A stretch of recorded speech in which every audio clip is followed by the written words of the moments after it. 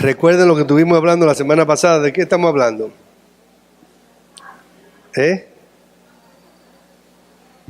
¿Hablamos de? Del rapto, hablamos la última vez.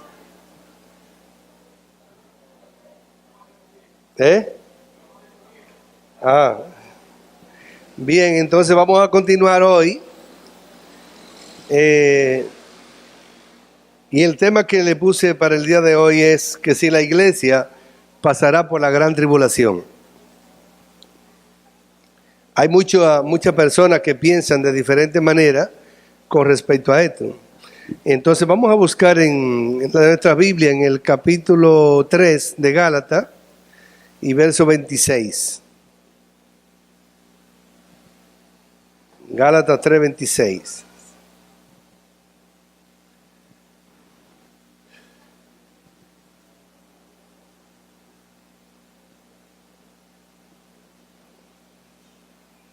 Y dice así la palabra del Señor en el nombre de Jesús. Gálatas 3:26. Y dice así: pues todos sois hijos de Dios por la fe en Cristo Jesús. Porque todo lo que habéis sido bautizado en Cristo, de Cristo estáis revestido.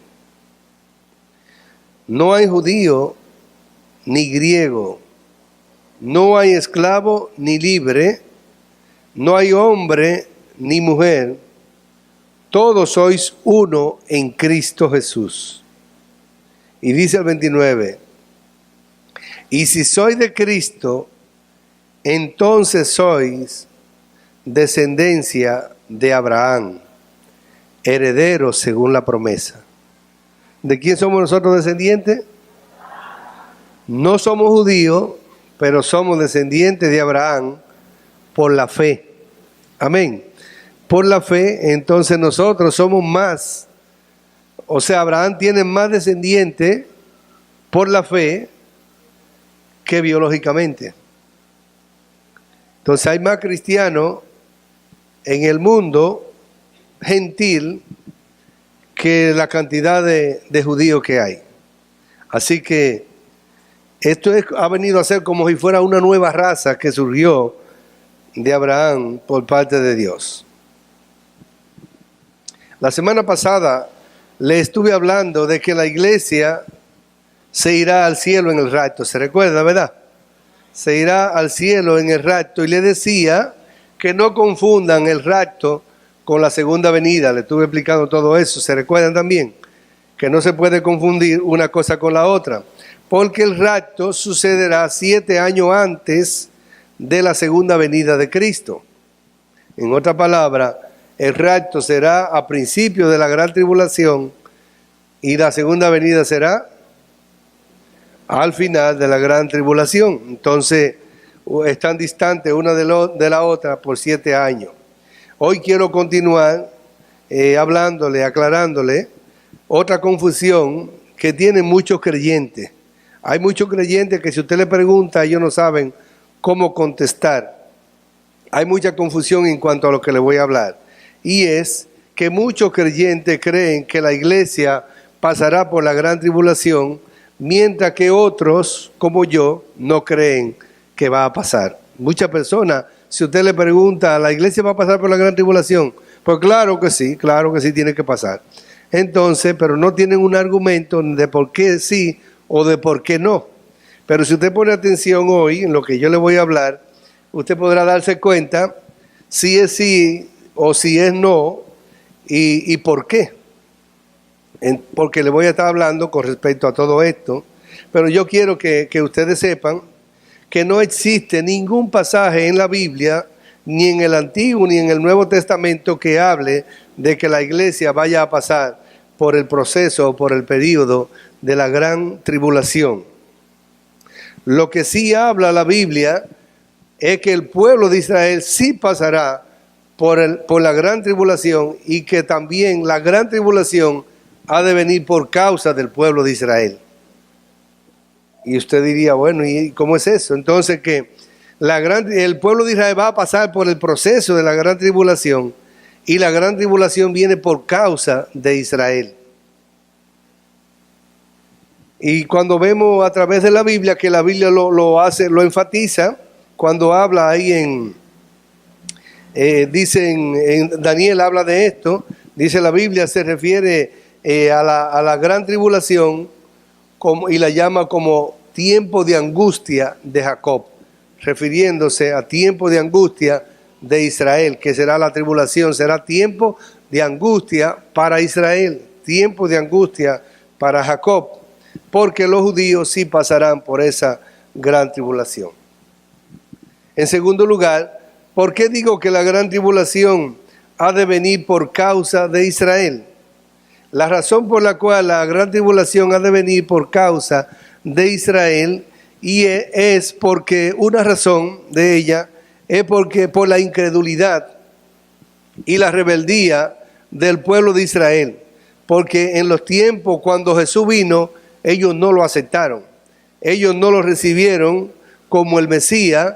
Por eso que la palabra de Dios dice en San Juan 1, 11 y 12, a los suyos vino y los suyos no les recibieron, mas a los que les recibieron le dio potestad de ser hecho hijo de Dios. Entonces ahí entraron los gentiles en el versículo 12 y todos los seres humanos entraron ahí, pero él vino a los suyos y los suyos no les recibieron. Entonces hay una promesa de parte de Dios para los judíos y es que el Señor prometió a Abraham que salvaría a ese pueblo. Entonces, para salvar a ese pueblo, ellos tienen que aceptar a Jesucristo, tarde o temprano tienen que aceptarlo, porque de lo contrario no van a ser el pueblo de Dios. Jesucristo es la puerta para entrar al cielo, para entrar al reino de Dios, es Jesucristo. La segunda razón es porque para Dios poder convertirse en el Dios de ellos, como Dios le dijo a Abraham, el Dios de ellos, ustedes serán mi pueblo y yo seré su Dios. Ellos tienen que aceptar a Jesucristo primero. Ellos deben arrepentirse de su pecado y aceptar a Cristo como su Salvador. En tercer lugar, o la tercera razón por la cual Israel tendrá que pasar por la tribulación, también es por la opresión que ha de venir también con ese personaje que será el anticristo, es porque los juicios que van a venir en el tiempo de la tribulación no van a ser suficientes para convencer al pueblo de Israel. El pueblo de Israel no se va a convencer, aún por los juicios que vengan, eso no lo va a hacer a ellos arrepentirse y decir realmente Cristo era el Mesías. Ellos todavía no van a entenderlo así, no lo van a aceptar todavía. Entonces es necesario también que entre en acción el anticristo, para que le aprieten más la tuerca y entonces ellos reaccionen y puedan ser convencidos de que realmente el Cristo que se anunciaba, que decía que había venido, ese era el Mesías. Y entonces ellos van a estar claros y van a aceptar de verdad entonces a Cristo como su Salvador. Pero eso va a suceder 3 años y medio después que haya comenzado la tribulación. Entonces esa es la tercera razón. ¿Cuándo se convencerán ellos de que realmente Cristo era el Mesías, el que ellos mataron, el que una vez entregaron a muerte? Ese Cristo, ellos lo van a reconocer cuando ellos sean decepcionados, porque ellos no aceptaron a Cristo como su Salvador, porque ellos tenían una característica de lo que ha de ser el Mesías. Y cuando Cristo vino no reunía las condiciones para las que ellos, las expectativas de lo que ellos pensaban que era el Mesías. Ellos tenían un concepto del Mesías que era alguien, un guerrero, que iba a defender a Israel, que lo iba a librar de la esclavitud, que lo iba a librar del yugo romano, que iba a pelear, que iba a destruir a todos los seres humanos y solamente lo iba a dejar a ellos como el pueblo escogido. Entonces ellos tenían ese concepto de que el Mesías que venía iba a hacer eso. Y cuando Jesús no quiso hacer eso y le dijo que no, que esa no era la temática de él, que él no venía para destruir a la gente, sino para salvarla, y que él estaba dispuesto a dar su vida por ello, entonces dijeron, este no es, porque lo que nosotros esperamos es uno que nos defienda, no que venga a morirse también como nosotros. Entonces cuando Jesús vino con esa temática, como quien dice, ellos se cerraron y no abrían su corazón para aceptar a Cristo como el Mesías. Porque ellos tenían una mentalidad y Cristo tenía otra mentalidad. Ellos estaban pensando en el reino terrenal y Cristo estaba pensando en el reino celestial. Por eso cuando venga el anticristo, ese sí lo van a aceptar ellos, porque él va a venir con una característica que le va, como quien dice, a satisfacer todas las expectativas que ellos tienen. Dice que va a venir como un guerrero, dice que va a venir triunfando y para triunfar, y dice que va a venir, como quien dice, poniendo en orden todas las cosas, y viene y hace un pacto con ellos también. Dijeron, no, indiscutiblemente, si una nación tan pequeña, ante tantas naciones tan grandes, viene este hombre a hacer un pacto con nosotros, indiscutiblemente que ese es el Mesías. Ellos lo van a aceptar de todo buen gusto, lo van a aceptar, y entonces ellos van a entender, ese es el Mesías que nosotros estábamos esperando, ese que está a favor de nosotros, ese que nos va a permitir construir el templo en Jerusalén, ese que está a favor nuestro, que nos defiende, ese es el verdadero Mesías. Y así ellos lo van a ver al anticristo y van a hacer un pacto con él. Pero a los 3 años y medio, no le voy a abundar mucho, porque un día de esto, cuando lleguemos a esa posición, le voy a hablar. Él morirá y será resucitado, pero resucitado con el poder de Satanás. Y entonces ahí se convertirá en el verdadero anticristo que se menciona mucho en la Biblia, y se convertirá realmente en un enemigo acérrimo del pueblo de Israel. Y entonces ahí es cuando le declara la guerra y comienza la persecución y comienzan las muertes, y ahí es cuando cesan los sacrificios y él se sienta, hace su trono en Jerusalén, en el templo, y ahí establece una estatua para que la adoren y todo eso. Y cuando eso se establece, entonces ellos se dan cuenta, este no es el Mesías, aunque parecía, estábamos equivocados, el Mesías fue el otro que dijeron. Entonces ahí es cuando el pueblo de Israel, porque ellos son muy radicales, los orientales son radicales, en lo que creen están dispuestos a dar su vida por ellos. Entonces cuando ellos crean entonces en Cristo, ahí es cuando el Señor manda a detener a los 4 vientos y le dice a los juicios que se detengan hasta que sean sellados los 144,000. Y ahí cuando salen entonces los 144,000 a predicar el evangelio, ahí se comienzan ellos a convertir, y los que le predican, también los que se convirtieron, le siguen predicando a los demás. Y entonces la Biblia dice que un día se levantará un hombre que se le llamará el anticristo, y dice, y aparecerá en el templo que se construirá y se declarará a sí mismo como Dios. Segunda de Tesalonicenses capítulo 2 y verso 4 dice, él se opone y exalta a sí mismo sobre todo lo que se llama Dios y es objeto de culto, tanto que se sienta en el templo de Dios haciéndose pasar por Dios.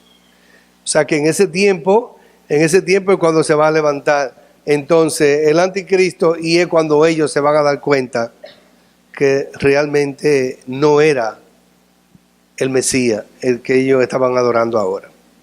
Entonces mi propósito al compartir con ustedes este tema es aclararle algunos puntos teológicos que muchos creyentes no tienen muy claro al escuchar diferentes opiniones en la gente en el medio en que se desarrollan, sin tener un fundamento bíblico. Tanto la iglesia como Israel descienden de Abraham. Tanto la iglesia como Israel descienden de Abraham. ¿Se dieron cuenta en la lectura que hicimos en Gálatas, que dice que todos los que son creyentes por la fe son descendientes de Abraham? Y todos los judíos son descendientes de Abraham también. Entonces, tanto la iglesia como Israel, ambos descienden de Abraham y de la promesa que Dios le hizo a Abraham. La iglesia e Israel juegan papeles diferentes en la profecía bíblica, es decir, son 2 agentes diferentes. Son 2 agentes diferentes porque aunque ambas descienden de Abraham, Israel tiene promesas terrenales, mientras que la iglesia tiene promesa celestiales. Me explico. Veamos la promesa que Dios le hizo a Abraham. Dice en Génesis capítulo 2 y versos 2 y 3. Dice, y haré de ti una nación grande y te bendeciré. Y engrandeceré tu nombre y será bendición. Bendeciré a los que te bendijeren y a los que te maldijeren maldeciré.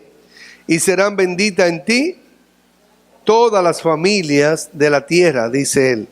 Toda la familia de la tierra. El Señor, cuando estaba bendiciendo a través de Abraham, estaba pensando en que Él un día enviaría a Jesús para ser de bendición para toda la humanidad. O sea, Dios estaba pensando más lejos. Abraham quizás no entendía lo que Dios estaba diciendo con esa bendición, pero le estaba diciendo que en Él serían benditas todas las naciones de la tierra. Era a través de Jesucristo, de la simiente de Abraham, que es Cristo.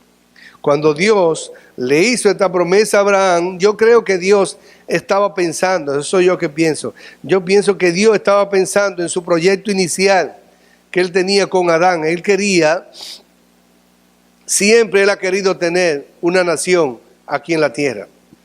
El principio, cuando Dios creó al hombre, lo creó para que muriera a los 2 o 3 años, así fue, para que viviera para siempre. O sea, Dios quería que Adán y Eva todavía estuvieran ahí vivos, multiplicándose. Ese era el deseo de Dios, que la humanidad viviera para siempre. ¿Pero creen ustedes que Dios ha desistido de ese proyecto? No, Dios no ha desistido de ese proyecto. Dios le prometió a Abraham que de él tendría esa nación que él espera tener. Eso lo vamos a ver después más tarde. Que Dios espera tener esa nación aquí en la tierra. Él no ha desistido de eso. Él siempre ha tenido en sus planes tener una nación biológica aquí en la tierra.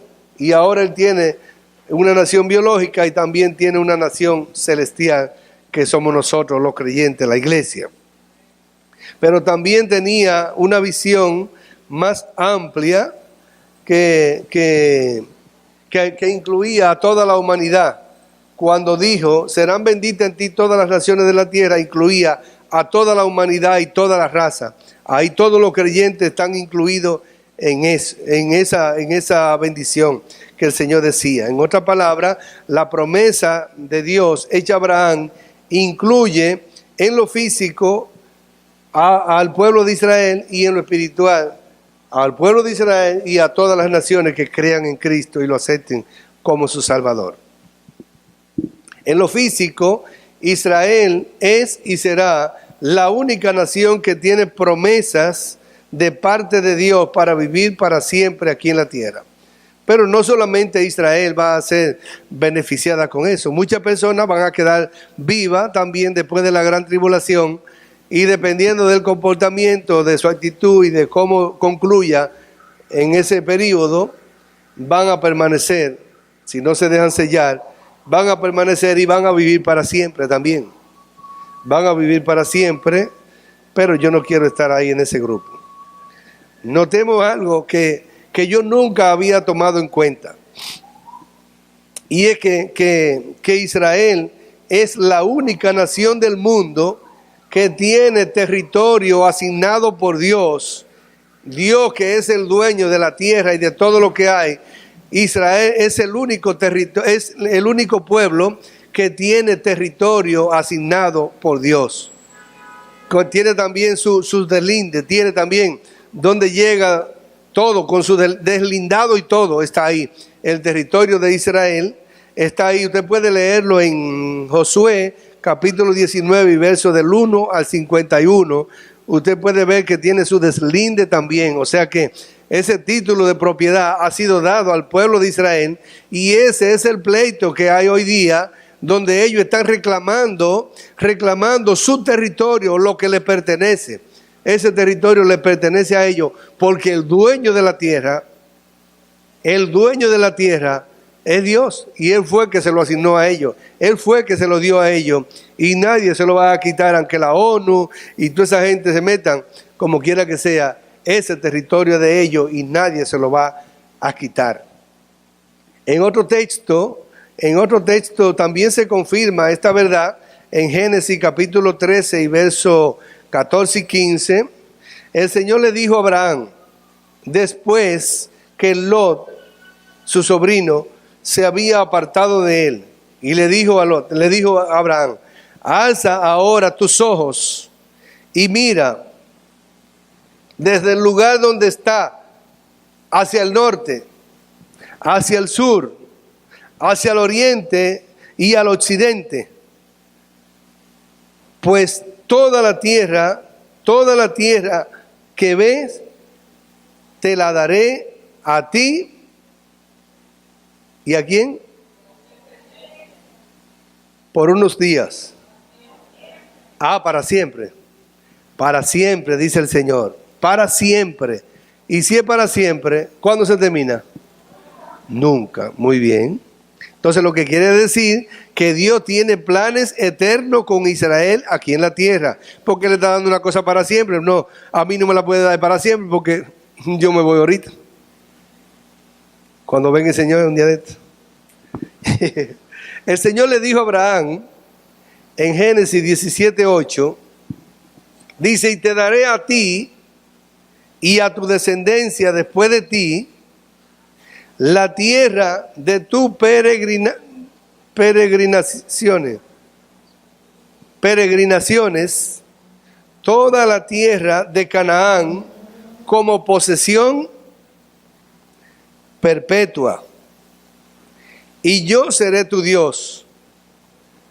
Él le dijo a Abraham, y yo al pueblo de Israel, yo seré tu Dios. Para Dios ser su Dios, ellos tienen que aceptar a Jesucristo como su Salvador. El que no acepta a Cristo como su Salvador, no entra en el reino de los cielos. No entra en el reino de los cielos, ni Dios es su Salvador. Ni Dios es su Dios, si Cristo no es su Salvador. Moisés también dijo en Éxodo 32:13, dice, acuérdate de Abraham, de Isaac y de Israel, o sea, y de Jacob, siervo tuyo, a quienes juraste por ti mismo. Señor, tú lo juraste por ti mismo. Y le dijiste, yo multiplicaré vuestra descendencia como las estrellas del cielo. Y toda esta tierra de la cual he hablado, daré a vuestros descendientes, y ellos la heredarán para siempre. Y si seguimos buscando, hay muchísimos, yo dejé las otras, pero yo nada más cogí esa. Pero mucha que habla, versículo que habla de que Dios le ha dado la tierra para siempre. Y en segunda de Crónicas 27 dice, ¿no fuiste tú, oh Dios nuestro, el que echaste a los habitantes de esta tierra delante de tu pueblo Israel y la diste para siempre a la descendencia de tu amigo Abraham? Notemos que todos estos pasajes, Dios tiene planes eternos con el pueblo de Israel, aquí en la tierra, como nación.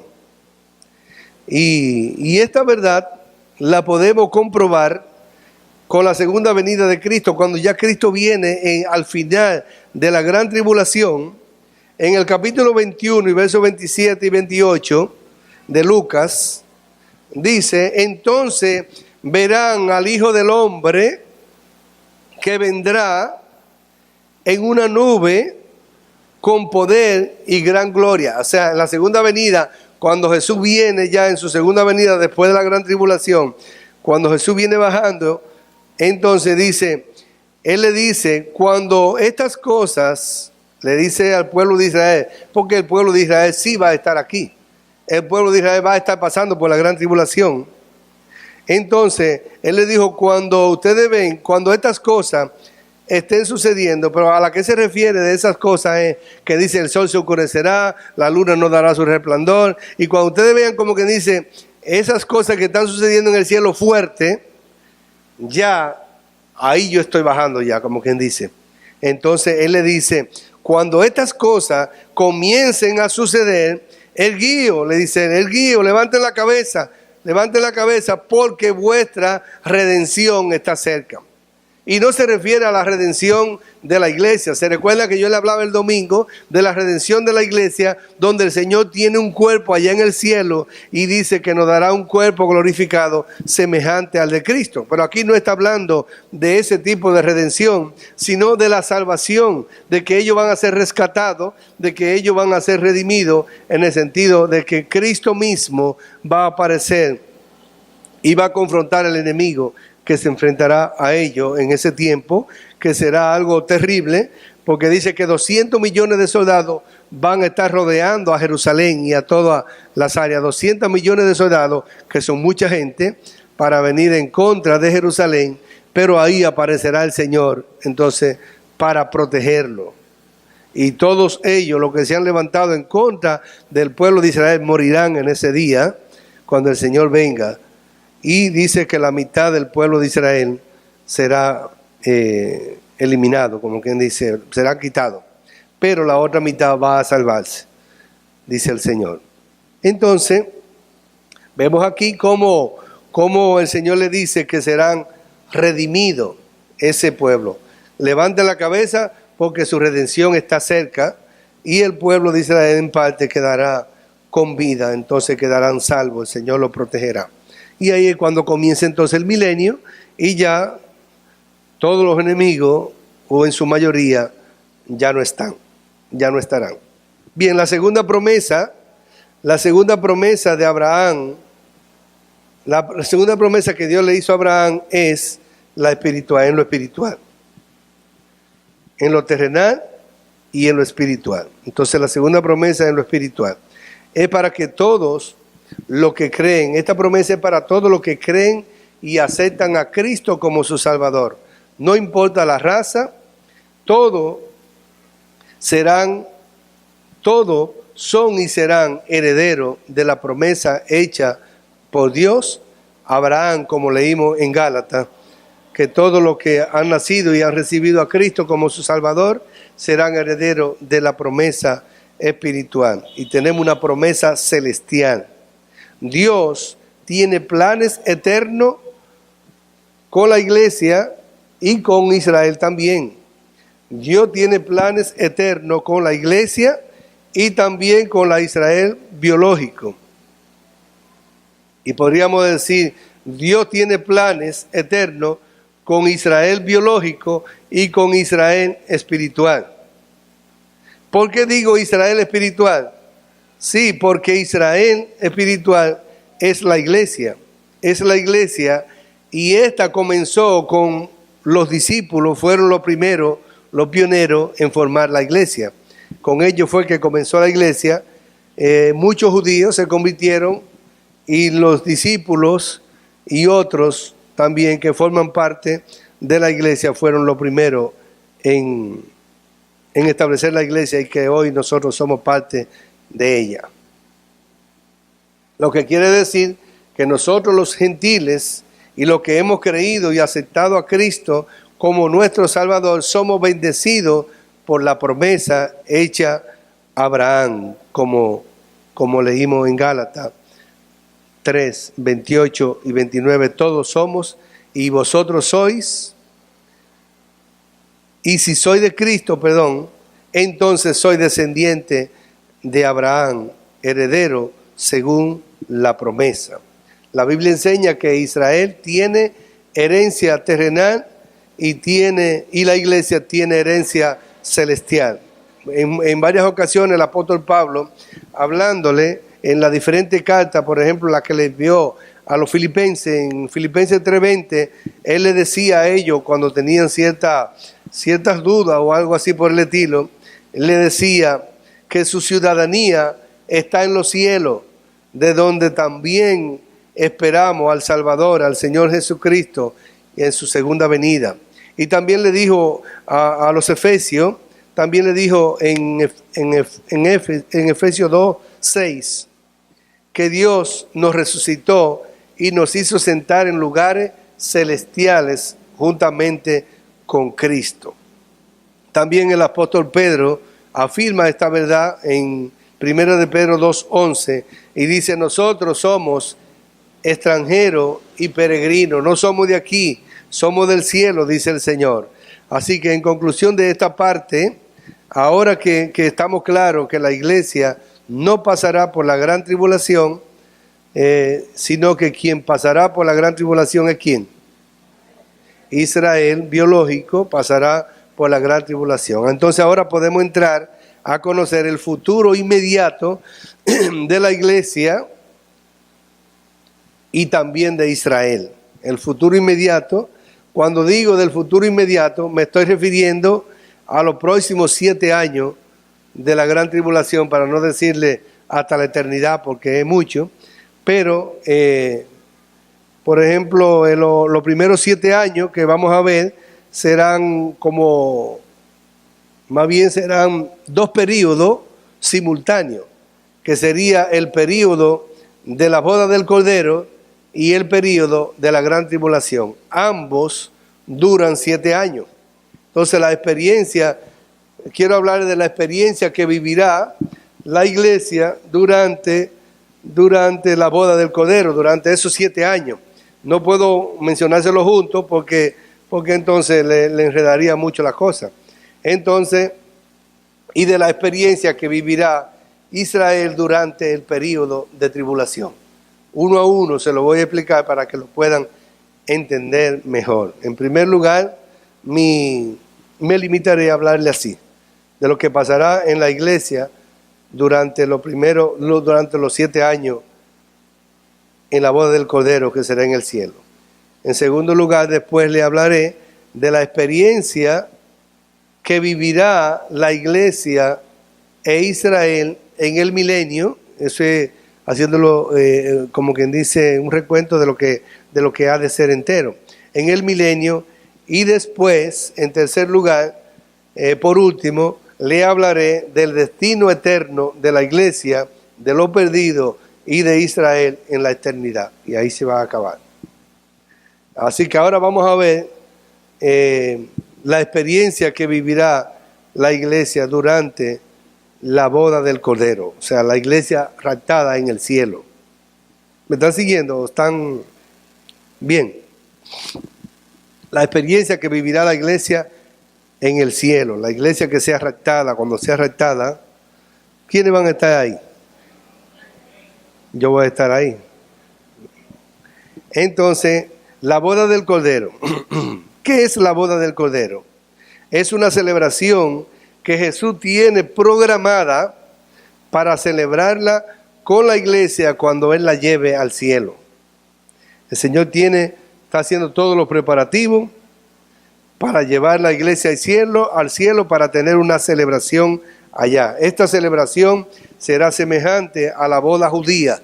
Los judíos celebraban un tipo de boda de esta manera que se puede entender. Cuando hablamos de la boda del Cordero, estamos hablando de Apocalipsis 19, del 7 al 10.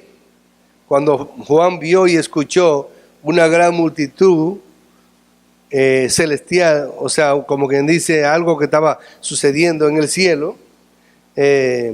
Generalmente cuando los judíos celebran las bodas judías, es más bien una representación de lo que será la boda del Cordero. En primer lugar, cuando la novia era elegida, quien la elegía era el padre. El padre era, como quien dice, quien iba a hacer negocio con el otro papá de la hija. Entonces, yo entiendo por otras lecturas que hay, como Sansón, que Sansón le dijo a su mamá y a su papá: a mí me gusta la filistea, fulana de tal. No, pero no podías tú coger una de aquí. No, esa es la que me gusta. Yo quiero que tú me la escojas. Entonces, como el negocio era así, entonces pues ellos lo hicieron y fueron y la escogieron. Entonces el padre es quien escoge la novia, va allá y habla con el otro papá y paga una dote por ella, como si la estuviera comprando. Entonces cuando nos vamos a la palabra de Dios y observamos qué hizo Jesús por nosotros. Por ejemplo, cuando usted aceptó a Cristo como su Salvador, usted al recibirlo, el padre dijo, yo quiero a Marino. Y Jesús vino y pagó la dote por mí, me compró. Entonces ya yo pertenezco a Él, ya estoy comprometido, estoy pactado con Él, porque ya el Padre me eligió a mí. Asimismo, iba el Padre y elegía, como quien dice, la hija del hombre, la compraba y entonces ellos tenían ya un compromiso. Y de ahí era como comenzaba el noviazgo. Y pasaba un año, se le daba un año, como la gente pasando, o sea, seguía pasando todo el año, pero podía juntarse con ella cuando quisiera. Pero tenía un año de tregua y la novia tenía que estar siempre preparada. ¿Qué pasa con el creyente? El creyente, cuando acepta a Jesucristo, está esperando que el novio venga. ¿Cuándo puede venir el novio? Cuando Él quiera. No tiene que esperar un año exactamente. Ya están desposados, como María y José estaban desposados, y en ese año podía llegar cuando Él quisiera. Pero también se le daba esa tregua de un año por si la muchacha cuando se comprometió estaba embarazada, en el año declaraba. ¿Sí? Y por esa razón ellos dejaban un año, si quería, pero el novio puede venir en cualquier momento. Así mismo pasó con Jesús. Jesús viene a buscar la iglesia. ¿Cuándo? Cuando Él quiera. Ya Él tiene su iglesia comprada, ya Él sabe lo que le pertenecen a Él, y Él puede venir en cualquier momento, pero nosotros tenemos un compromiso, y es que tenemos que estar preparados, tenemos que estar velando para que cuando digan, ahí viene el novio, entonces todos estos avisos que hemos estado hablando, ya están avisando que el novio viene, que el novio viene. ¿Cómo debemos nosotros estar? Preparados, esperando que el novio llegue. Entonces, así mismo se va a celebrar la boda. Y ya estos dos pasos, como quien dice, se han dado. Y entonces, ahora cuando hablamos de la boda, de la cena del Cordero, es cuando el novio viene, recoge la novia y se la lleva a la casa de su padre. Cuando se la lleva a la casa de su padre, allá él tiene preparado todo preparado. Yo no sé si tiene lámpara de la de Luis allá, pero tiene de todo allá preparado para que cuando lleguen a esa boda, a esa celebración, allá haya de todo lo que usted necesita. Porque el novio se ha preparado muy bien y va a llevar a la novia allá. Entonces la tercera fase es en realidad la que falta. Ya nosotros hemos aceptado al Señor y lo estamos esperando, nada más que Él venga. Entonces estamos preparados para ir a la cena que el Señor tiene preparada para lo que creen en Él, para los que le buscan. Entonces esa es la tercera fase que falta.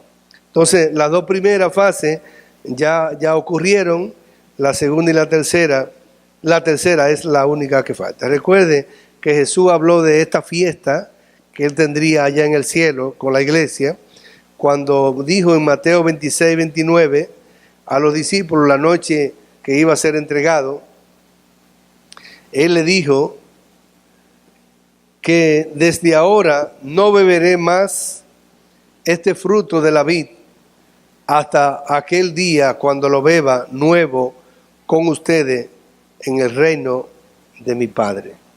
Entonces el Señor le estaba diciendo, no voy a tomar más el fruto de uva aquí con ustedes.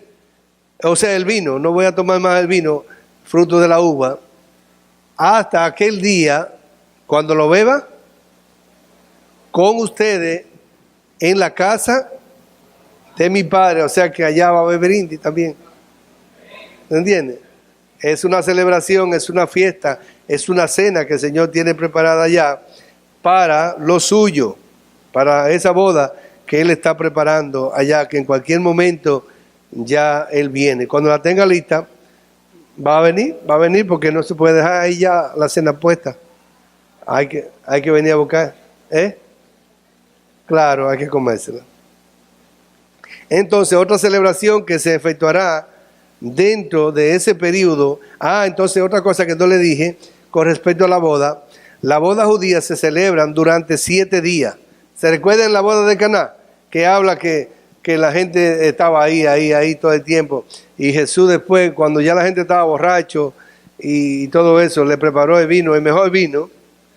Entonces, que cómo era eso, que Jesús pudo, cómo es eso que el novio pudo brindar el mejor vino a última hora. Lo que sucede es que quien hizo el vino es el Señor, y el Señor no sabe hacerlo corriente. Y lo hizo muy bueno. Él no sabe hacer corriente ni regular, sino bueno. Entonces el mejor vino fue de último. Entonces, pero durante 7 días estaban celebrando. Pero en el cielo serán 7 años. 7 años de celebración allá con el Señor.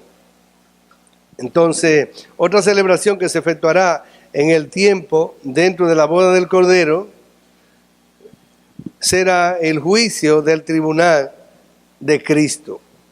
Cuando hablamos del juicio del tribunal de Cristo, es más bien, tendrá el nombre de juicio, pero en realidad es una especie de, diríamos, el Casandra, donde le dan los premios a la gente.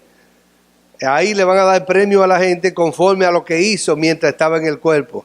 Sea bueno o sea malo, van a recibir corona, van a recibir premio, van a recibir elogio, van a recibir trofeo por lo que usted haya hecho mientras estaba en el cuerpo. Dice 2 Corintios 5:10, porque es necesario que todos nosotros comparezcamos ante el tribunal de Cristo para que cada uno reciba según lo que haya hecho mientras estaba en el cuerpo, sea bueno o sea malo.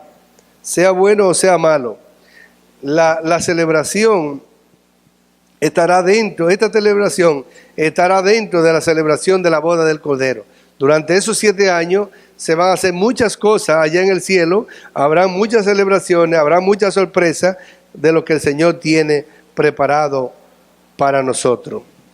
En su última parte, en segundo lugar, la experiencia que vivirá la iglesia durante la gran tribulación.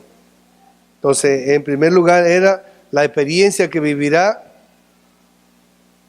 la iglesia en el cielo y la experiencia que va a vivir entonces Israel aquí en la tierra.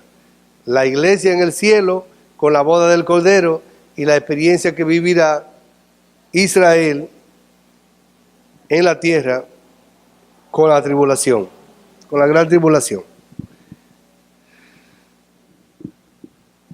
Este evento será aquí en la tierra, como le digo, la tribulación será aquí en la tierra, la cual afectará primeramente a Israel y también a todos los moradores de la tierra que se hayan quedado. En ese tiempo serán afectados no solamente Israel, pero sí especialmente Israel. Es el enfoque, por eso yo le decía que Israel es como diríamos, como el reloj de Dios. Ahí es donde está el detonador para los tiempos del fin. Israel es como quien dice, el centro del huracán, podríamos decir. El centro del huracán es el ojo del huracán, es Israel, y de ahí va a salir todo lo que se va a ver en el mundo entero. Entonces este periodo será muy difícil de soportar porque estará cargado de juicios y catástrofe, juicios que irán aumentando de intensidad y de frecuencia a medida que avanzan los años, o los 7 años más bien. A medida que avanzan los 7 años, los juicios van aumentando de intensidad y de frecuencia, serán más rápidos y también más fuertes. Los juicios serán superiores a todos los juicios que usted ha visto en la historia del mundo. Nunca han habido juicios como los que vendrán en ese tiempo. Quizá usted diga, ¿qué se propone Dios con enviar estos juicios?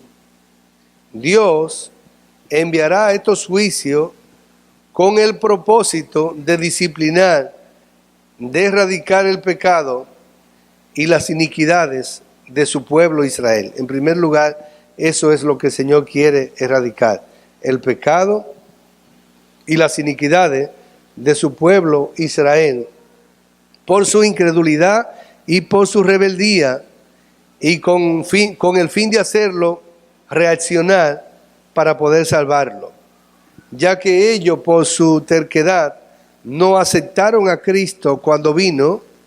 En cambio, en ese tiempo sí aceptarán al Mesías, a ese gobernante como el Mesías que ha de venir.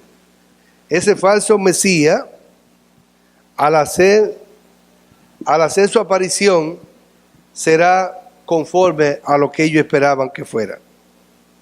Cuando esto acontezca, Dios mandará a detener los juicios y también entonces establecerá, como que dice, cuando se van a sellar los 144,000.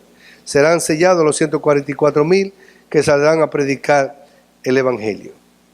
Algo que no debemos pasar por alto es que los juicios que vendrán no solo afectarán a Israel, sino también a toda la humanidad, a todos los incrédulos y a los rebeldes de todo el planeta. En mi opinión, yo entiendo que los juicios serán más severos en el Medio Oriente que en los demás lugares del mundo. Eso es lo que yo entiendo. Y algo que debemos notar es que juntamente con el período de la gran tribulación, surgirá este gobernante que reinará sobre todas las naciones de la tierra 7 años, solo que a los 3 años y medio se convertirá en el anticristo. El profeta Daniel nos confirma esta verdad en Daniel 9:24. Y dice: 70 semanas están determinadas sobre tu pueblo y sobre tu santa ciudad, para terminar la transgresión y poner fin al pecado y expiar la iniquidad. Vemos aquí con claridad lo que le estaba diciendo, cuál es el fin de la gran tribulación.